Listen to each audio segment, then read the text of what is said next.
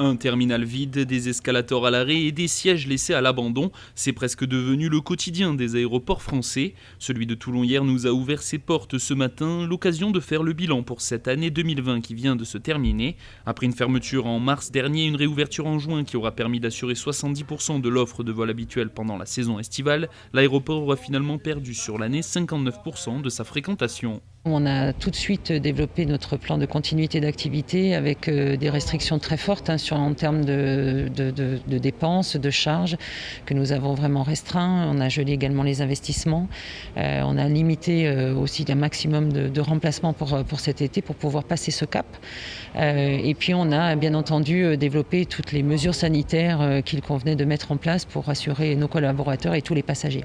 Justement, des mesures sanitaires qui devraient se durcir. Le gouvernement a annoncé il y a quelques jours la fermeture des frontières pour les pays en dehors de l'Union européenne. Pour les voyages en provenance ou à destination de l'espace Schengen, les passagers devront se munir d'un test négatif au coronavirus. Comment cela va-t-il se passer ? Est-ce que c'est à l'aéroport de s'assurer de la non-contamination de ces passagers et de leurs motifs ? Pour le moment, les mesures sont en cours de discussion avec les autorités. Tout dépend ce qui est attendu effectivement dans le détail. On peut le faire évidemment, notamment en tant qu'assistant aéroportuaire, également quand on a des demandes de vol.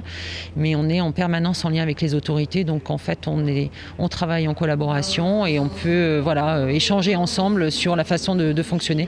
Mais on le fait vraiment en coopération avec les autorités. Évidemment, on mettra en place toutes les mesures nécessaires pour pouvoir continuer à accueillir nos passagers sereinement et avec toutes les mesures sanitaires qui sont demandées par les autorités.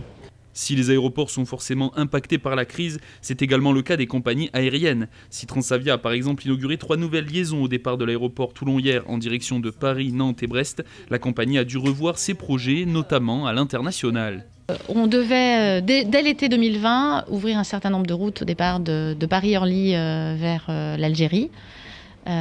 Et effectivement, ces projets sont repoussés dans le temps, puisque, indépendamment même des contraintes à très court terme, il n'est pas possible d'ouvrir ces destinations tout de suite. Donc on reviendra effectivement au cours de l'été 21, on espère, vers ces routes extrêmement intéressantes pour notre réseau. En attendant, il faudra prendre son mal en patience avant de retrouver le plaisir du voyage. Avec le coronavirus toujours dans les parages et la multiplication des variants à travers le monde, le retour à la normale ne devrait pas être pour tout de suite.